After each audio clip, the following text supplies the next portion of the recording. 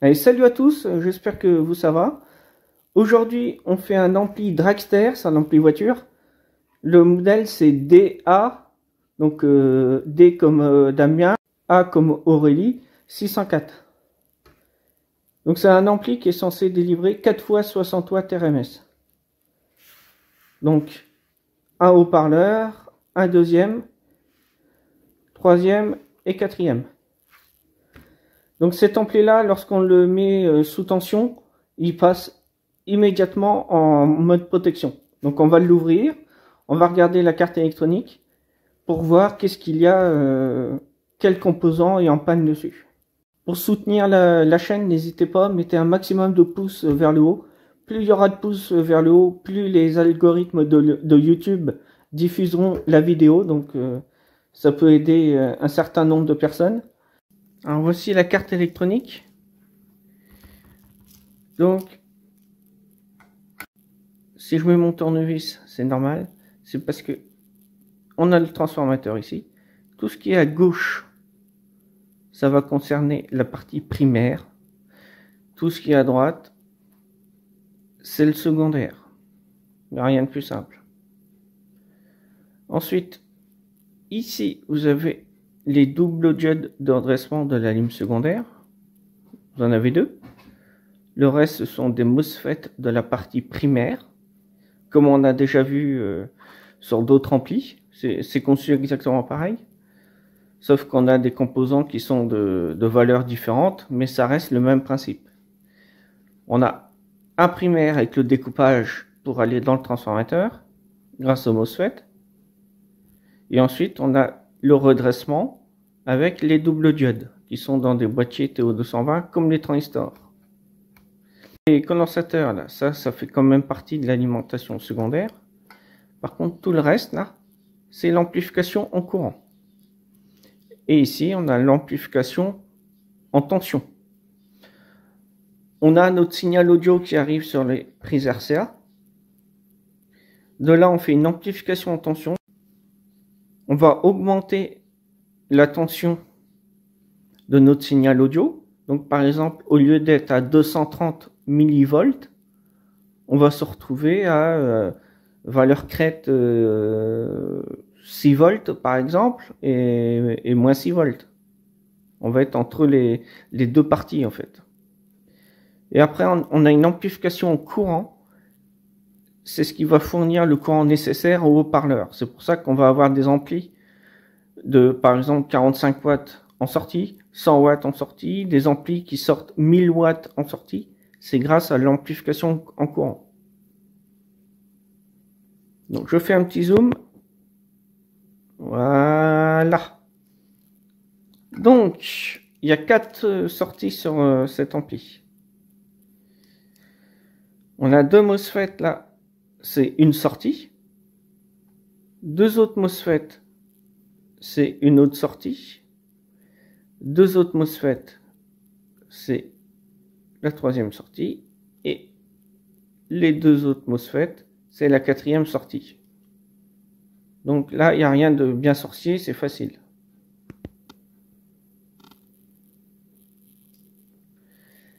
Donc notre ampli, il se met en sécurité lorsque l'on le met sous tension.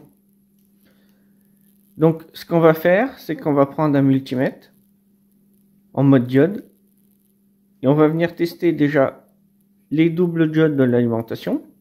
On ne sait jamais, ça peut être ça qui est en défaut. Dans notre cas, c'est bon. Donc ensuite, tous les MOSFET, les transistors MOSFET qu'on a ici, eh bien, on va les tester pareil en mode diode pour être sûr, pour voir s'il n'y en a pas un qui serait en court-circuit. Parce que si on en a un qui est en court-circuit, en sortie de l'amplification, on va avoir un courant continu. La protection, elle va détecter qu'il y a un courant continu en sortie qui va sur l'enceinte. Du coup, l'ampli va se mettre sous protection. Et dans notre cas, c'est exactement ce qu'on a. On a ce MOSFET là qui est en court-circuit. C'est le Q7 sur la carte. Donc j'ai vérifié la résistance ici de 0,1 ohm en 3 watts, elle est bonne. J'ai vérifié les composants qu'il y a là, partout là. Et ça, c'est bon.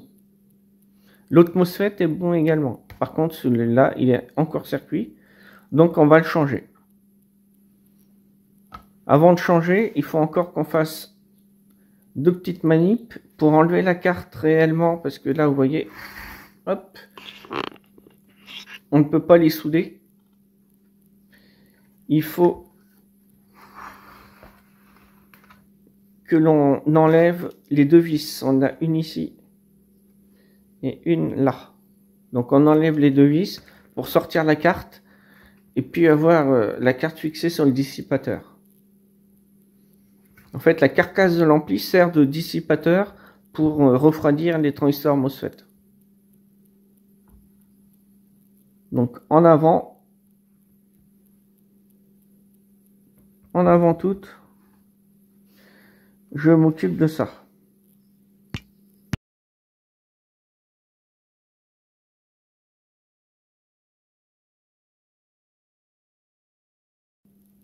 Pour ceux qui en auraient besoin, je donne des infos. Ici, on a une résistance. Donc, on voit pas trop bien la caméra, c'est la R129. Pour ceux qui auraient la résistance grillée, sachez que c'est une Centum en 1,5 watt. La R129. Ici, vous avez aussi la diode qui sert de protection en cas d'inversion de l'alimentation. Si vous branchez le moins sur le plus et le plus sur le moins, la diode, elle va se mettre en court-circuit et ça va faire péter le fusible d'alimentation. Donc, elle sert à ça. Ici, vous avez un circuit, c'est le circuit de gestion. C'est le U1 et c'est un SG3525. C'est sensiblement le même fonctionnement que le TL494. Ensuite, vous avez des petits composants. Là, vous avez 2 MOSFET, ça fait une paire, et 2 autres MOSFET, ça fait la deuxième paire. Puisque je vais prendre ma petite feuille, le transfo, il est composé comme ça. Là, là. Ensuite, voilà. Donc là, on est partie primaire. Ça, c'est le primaire. Et là, secondaire. Ici, c'est relié au plus 12 volts. Donc le plus de la batterie. Ici, vous avez 2 paires de MOSFET. Alors, un MOSFET, je l'ai mal fait. Hop, hop. La flèche qui rentre, c'est pour un MOSFET de canal N. Au GND, comment je peux faire là? Ma feuille est un peu petite. Je vais faire comme ça. Au GND et le drap ici. Voilà. Donc j'ai 2 transistors MOSFET. Le drap relié au deuxième drap du MOSFET. Donc le drap, c'est la patte du milieu.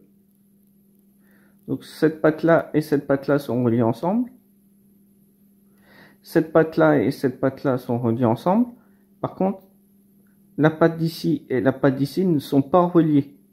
Là, c'est coupé, bien sûr. Donc, je fais un MOSFET et vous imaginez qu'il y a le deuxième,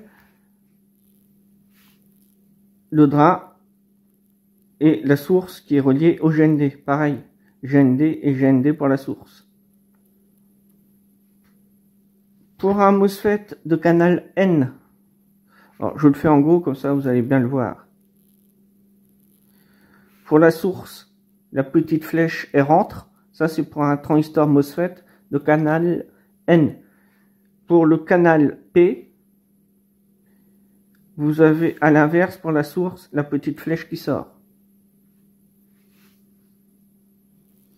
Donc ensuite, pour l'amplification, on utilise 2 MOSFET, 2 MOSFET, 2 MOSFET et 2 MOSFET. Ce sont des BUZ71 en boîtier TO220. Donc la valeur ici, c'est la même que celle-là. Par contre, faites attention, le drap n'est pas relié ensemble. Pour le vérifier, on prend un multimètre. Hop, je me mets symbole de la diode. Là, il me dit que je suis en mode bip bip. Donc sur celui-là, il faut que je rappuie sur Select pour choisir le mode diode. Mais la plupart des multimètres, lorsque vous mettez ici le mode bip, vous aurez également le mode diode. Je touche mes deux points de touche.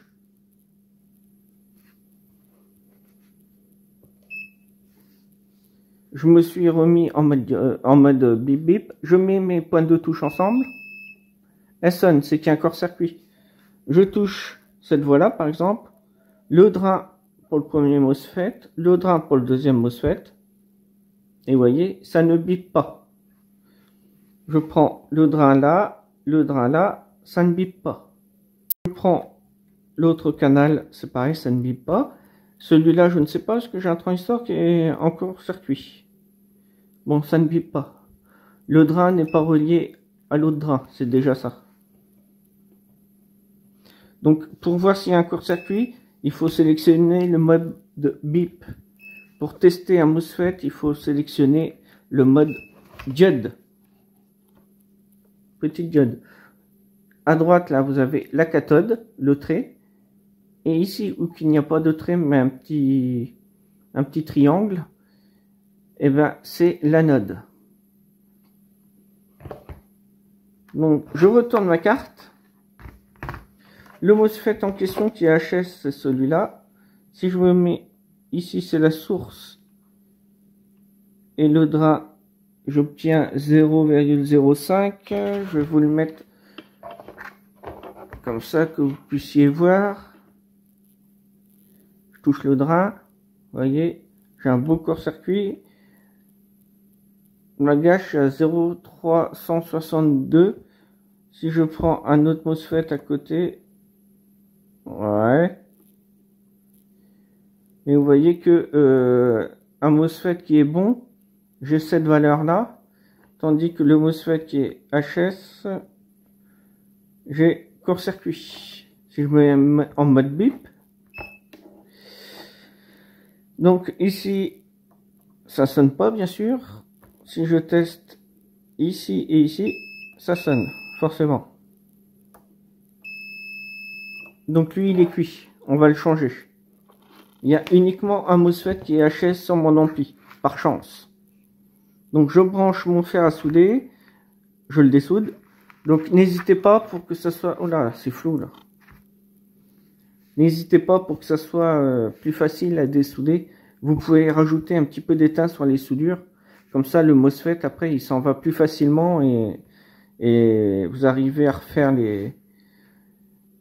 à ravoir les trous pour pouvoir mettre le MOSFET après. Parce que sinon, vous risquez d'arracher les pistes et vaut mieux éviter là-dessus. Alors, en attendant que le fer à souder chauffe, je prends le MOSFET 9, donc c'est un BUZ11. Je prends mon petit testeur, je le mets soit ici, soit là, comme vous voulez, ou là. Bon, je le mets ici, patte 1, 2, 3. Je referme, j'appuie. Et il me met que la patte 1, c'est la gate, la gâche, comme vous voulez. La patte numéro 2, c'est le drain. Donc la patte numéro 2 ici, elle communique avec cette patte-là, c'est la même patte. Et on voit que la patte 3, celle qui est à droite, c'est la source. Donc là, il me dit que mon MOSFET, il est bon, avec un RDS à 0,2 ohms. Donc je le renlève. Et maintenant, je peux tester également les autres MOSFET. Alors là, j'attends que le fer soit chaud. Je vais y arriver. J'enlève le MOSFET qui est ici, qui est HS. Et on va le tester dans l'appareil pour vérifier. J'ai eu le MOSFET. Il est chaud. Je le mets dedans. J'espère qu'il fait bien contact. Je ne l'ai pas enfoncé. Et voilà. Il me met qu'il y a une résistance de 4,4 ohms entre patte 2 et patte 3. Rien avec la 1. C'est que mon MOSFET, il est vraiment HS. Je vous remets l'ancien. Enfin l'ancien. Le 9 qu'on va changer. Je rappuie. Vous voyez que c'est pas la même.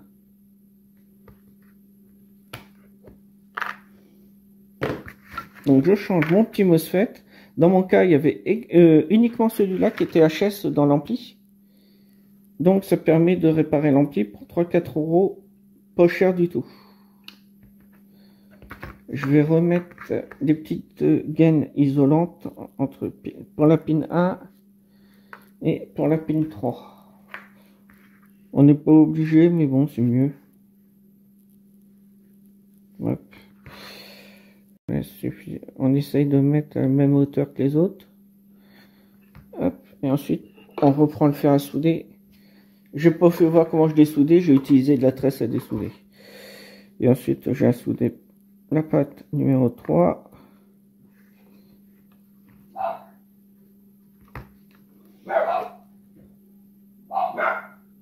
La patte numéro 2. Et la première patte.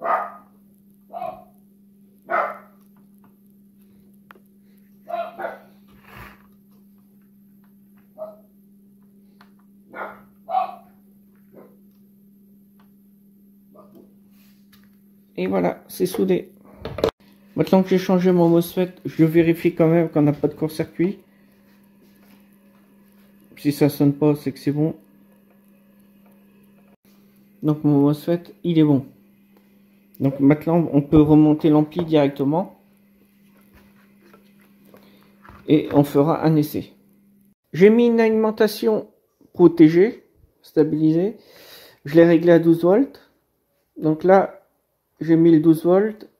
Ici, on a le GND, fil noir, le moins de la batterie, quoi. Et ici, on a le remote qui provient normalement de l'autoradio. J'ai mis un fil directement entre le plus et le remote. Ça permet d'activer l'ampli.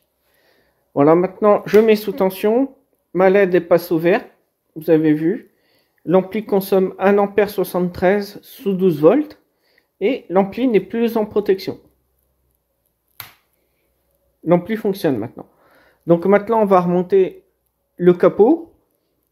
On va remettre le couvercle, les vis. Et ensuite, on mettra un haut-parleur sur chaque sortie pour vérifier que tout fonctionne bien dans l'ampli. Premier haut-parleur. Sortie numéro 1.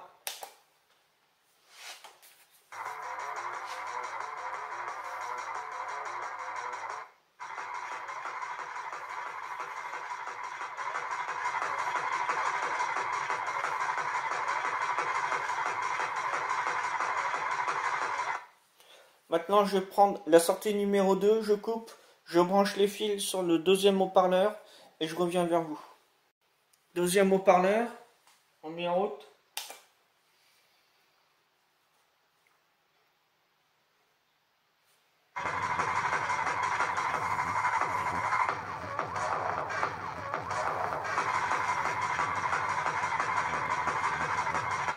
Deuxième haut-parleur fonctionne. Donc là, sortie numéro 1, sortie numéro 2, ce sont les hautes fréquences. Donc les aigus par exemple, et les médiums. Ici, sortie numéro 3 et sortie numéro 4, ce sont les basses fréquences. Donc c'est pour le subwoofer. Ne vous trompez pas. Ici, vous aurez que des aigus, ici, vous aurez que des basses. On règle le volume ici, bien sûr, sur le gain. Et n'oubliez pas, si vous voulez que les aigus, ne restez pas branché ici, il faut être branché là. Et puis ensuite, pour l'alimentation, c'est simple. Le remote, vous mettez, pour essayer l'ampli, bien sûr. Le remote, vous le mettez sur le plus batterie et vous mettez un fil sur le plus batterie pour l'alimenter en 14 volts sur une voiture. Et le fil GND, bah, c'est le fil noir de la batterie. C'est tout simple. Sur une installation fixe en voiture, le remote, vous n'allez pas le relier ici sur le plus batterie, et vous allez le relier directement à l'autoradio. Il va y avoir un fil à connecter ici. Et c'est lorsque vous allez connecter l'autoradio que l'ampli va se mettre en route, sous tension. Il va sortir de veille en fait. Remote, c'est ça, c'est le sortir de veille. Ce que j'ai vu sur certaines installations, c'est que Le plus remote est relié par un fil sur le tableau de bord. Il y a un interrupteur et l'autre côté de l'interrupteur, lorsqu'on le met sur on, lui est relié directement au plus de la batterie. Ça permet de mettre l'ampli pareil sous tension à distance directement sur le tableau de bord. J'espère que cette vidéo vous aura plu. Je vous dis maintenant à la prochaine pour une future vidéo. Soyez sages. Allez, salut, salut!